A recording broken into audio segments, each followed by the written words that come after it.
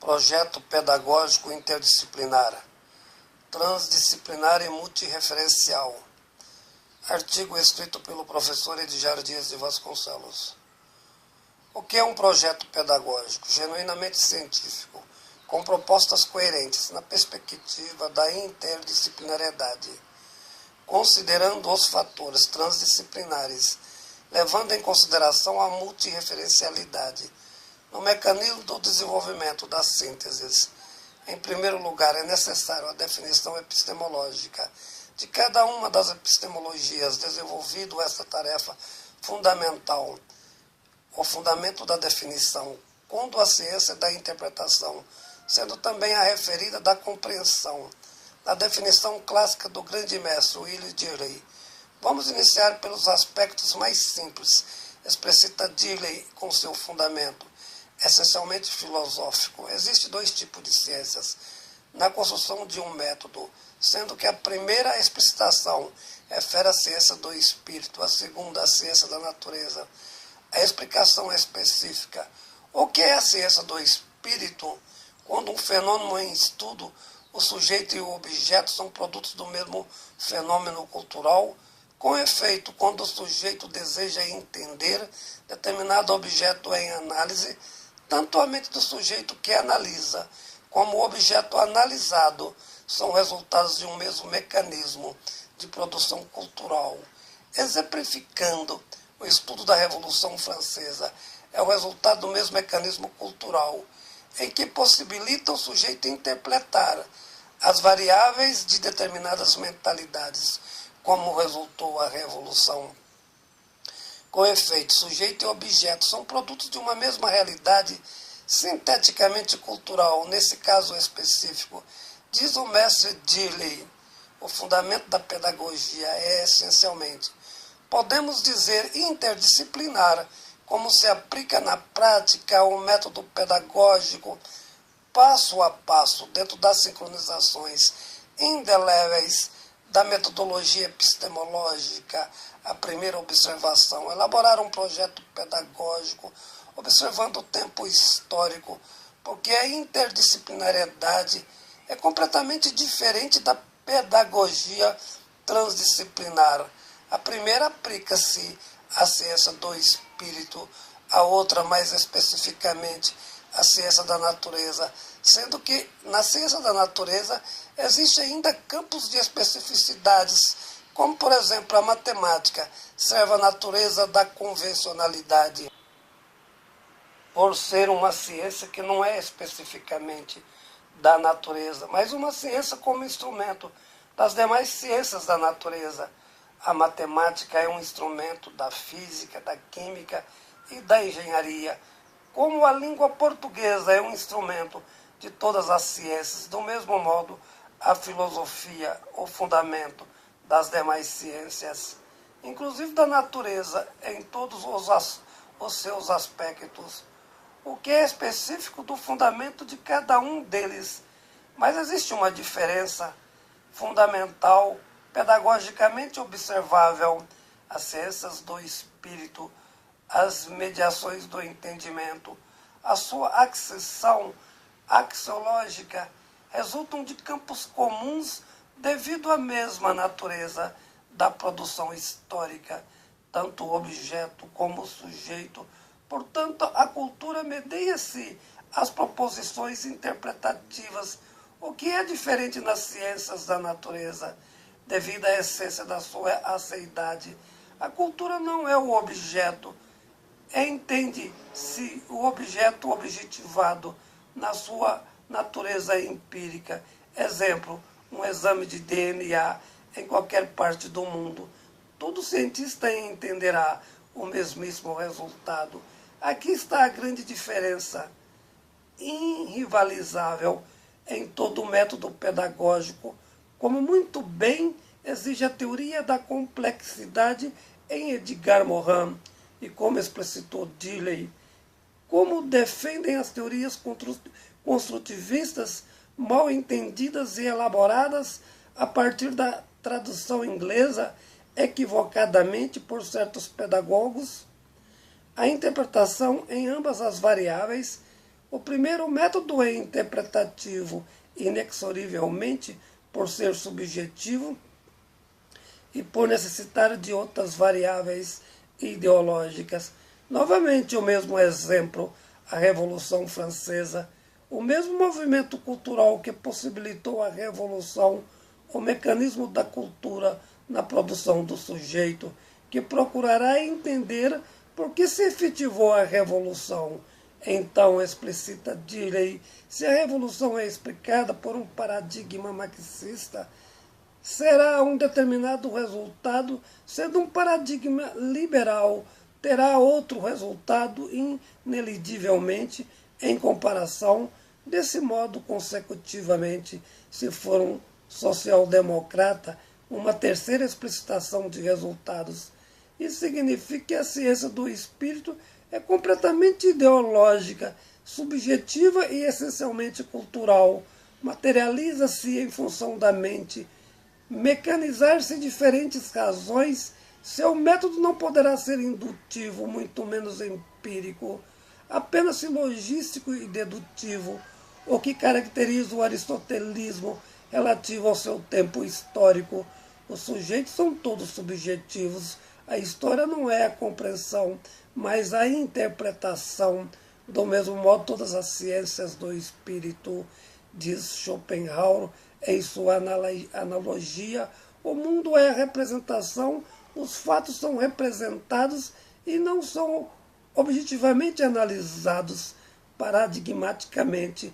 Isso significa que a leitura dos fatos não são objetivamente compreendidos, o que se compreende na perspectiva dos seus paradigmas, diz Dirley, é a ciência da natureza, que no plano prático pedagógico entende-se apenas com a metodologia transdisciplinar, que é completamente diferente da interdisciplinariedade.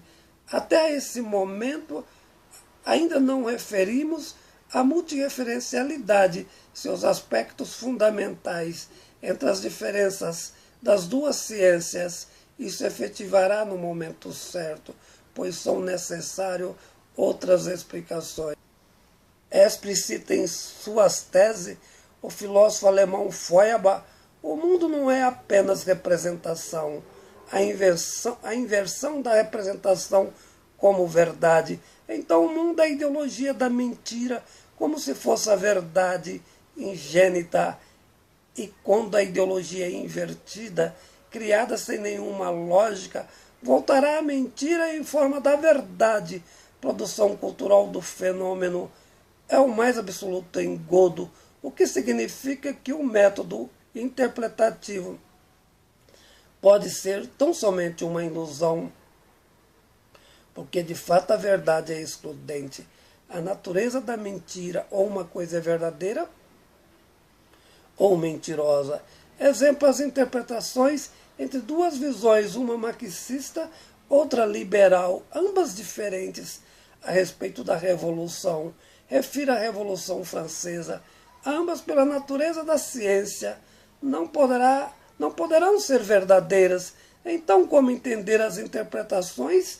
O grande físico e filósofo Bachelard criou uma epistemologia interessante, cuja natureza desse método é inteiramente aplicável a um projeto pedagógico interdisciplinar, transdisciplinar e multireferencial, na perspectiva da teoria da complexidade elaborada por Edgar Morin. Todo conhecimento pedagógico ou não pedagógico, seja qual for o conhecimento, no aspecto da identificação, cultura e sujeito, indução e empirismo, lógica e pragmatismo ou neopositivismo, na interpretação dos fenômenos em análise, o resultado é essencialmente aproximativo, e quanto menos aproximativo for, mais será da ciência do espírito, o que significa nessa visão metodológica que nas ciências da natureza não existe a teoria da representação, do mesmo modo a interpretação, entretanto muito mais diminuída em referência à aproximação, por ser mais exata. Após todas essas diferenças, o que temos que entender?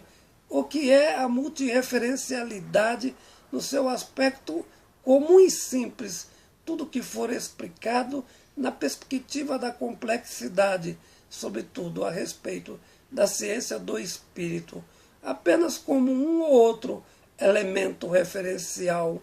Não atende o fundamento da teoria da interpretação. A teoria da complexidade exige múltiplas referências, porque nenhum fato é tão simples como podemos imaginar. A Revolução Francesa é o resultado de múltiplos fatores. Portanto, no desenvolvimento da análise, seja qual for a epistemologia em referência à ausência inexpugnável, a explicação final tem que ser necessariamente o resultado da multirreferencialidade, da compreensão do fato. Compreender um fenômeno apenas por uma ótica ou por poucas óticas significa absolutamente negar os fatos, não entender suas referências, com efeito recusa a interpretação dos mesmos. Portanto, toda interpretação tem que ser interdisciplinar e multirreferencial. Inexoravelmente, com todos esses esclarecimentos, explicarei agora o que é um projeto pedagógico interdisciplinar, transdisciplinar e multirreferencial, na perspectiva da teoria da complexidade do grande filósofo e pedagogo Edgar Morin. A interdisciplinariedade se faz de modo simples pedagogicamente. Refiro à estratégia pedagógica em que todas as disciplinas são sincronizadas dentro do mesmo tempo histórico. Exemplo, vamos usar o tempo histórico da passagem do antigo regime ao novo regime político, ou seja, a passagem do feudalismo ao capitalismo. Então, para montar um projeto pedagógico é fundamental a sincronização das disciplinas, todas sendo o fundamento de todas, mutuamente, nas parcialidades subjetivas, interrelacionando os fundamentos, numa perfeita dialética às naturezas dos mesmos, a filosofia servindo como epistemologia de cada uma das disciplinas. No tempo em referência, trabalha-se a história como a passagem de um momento, de um modelo em superação, antigo regime, ou seja, a superação da sociedade feudal para o nascimento da modernidade. Esse é o tempo histórico. A filosofia desse tempo, com referência do fundamento, corresponde a esse período a filosofia iluminista. Do mesmo modo, o movimento literário, que terá que corresponder com o tempo histórico, ou seja, o movimento barroco, a arte iluminista, a geografia do período histórico. Desse modo, consecutivamente, todos os períodos sucessivos, a interrelação das disciplinas, ajudando pedagogicamente aos alunos ao seu entendimento não metafísico das análises, a percepção de que tudo é histórico e que se prende a tempos determinados. Isso é interdisciplinariedade, e não como se entende nas escolas públicas. Cada um dos professores reflete um aspecto da sua disciplina, ou todos os professores tentando falar, por exemplo, da água. Esse método é a negação de um projeto interdisciplinar. Não conheço nenhuma escola no estado de São Paulo que tenha realmente um projeto pedagógico na linha proposta por esta análise. O que é a transdisciplinariedade? O método que atende às disciplinas da ciência natural ou da natureza. Elas são parcialmente interdisciplinares nelas mesmas, mas não na totalidade da metodologia objetivada etimológica. Porque são ciências objetivas, não se prende na subjetividade dos fatos. O resultado não é interpretativo. Não se interpreta uma equação de matemática ou um exame de DNA. Portanto, o método é da compreensão. Compreende ou não será efetivado a ciência. Do mesmo modo, não se aplica a dedução, silogística da identificação parmenidiana. Entretanto, O método é indutivo e empírico, não precisa obedecer à cronologia histórica absoluta, apenas parcialmente, mas pode interrelacionar na objetividade do campo empírico, o que for da natureza referencial de ambas parcialmente, e transdisciplina-se em certos aspectos, com aspectos particulares de certas ciências, formuladas pela interdisciplinariedade. Na filosofia, o movimento é eterna mudança. Em química, a natureza do seu fundamento é a mudança de estado. Em qualquer fenômeno, do mesmo modo em física e em biologia, na teoria da evolução das espécies, interdisciplina-se nos devidos aspectos, diferentemente. Na teoria dialética filosófica, historiciza-se porque todas as alterações das mudanças acontecem numa perspectiva essencialmente histórica. Na geografia, porque as mudanças se dão em determinadas regiões do planeta, desse modo consecutivamente, mas jamais as duas variáveis são interdisciplinares em si, cada uma delas com a sua natureza, uma interpretativa, a outra compreensiva, identificação entre sujeito e objeto, o mesmo fenômeno cultural, a outra absolutamente objetiva. Sendo desta forma, elabora-se um projeto pedagógico, considerando todos os fatores expostos aqui, sem veleidades, entendidos e planejados. Resta a coordenação pedagógica, acompanhar passo a passo o trabalho desenvolvido pelos professores, não apenas em seus planejamentos, às vezes idiosincráticos, mas nas observações, se não forem ou não observados as determinações do projeto pedagógico, o que é do campo específico de cada área, só posteriormente deve ser escolhida a metodologia do trabalho. Aplica-se o construtivismo ou qualquer outro método, como, por exemplo, o desenvolvimento das várias correntes da chamada escola novista, na defesa de uma ou outra teoria. Entretanto, jamais poderão ser negados a multireferencialidade, a teoria da complexidade, a interpretação da ciência do espírito e a aplicação do método empírico, a ciência da natureza, e o que é da subjetividade do método, da representação e interpretação na ciência do espírito e a objetividade do campo da ciência natural. Consequentemente, as duas naturezas da teoria da complexidade em Edgar Morin. Artigo escrito pelo professor Edgar Dias de Vasconcelos.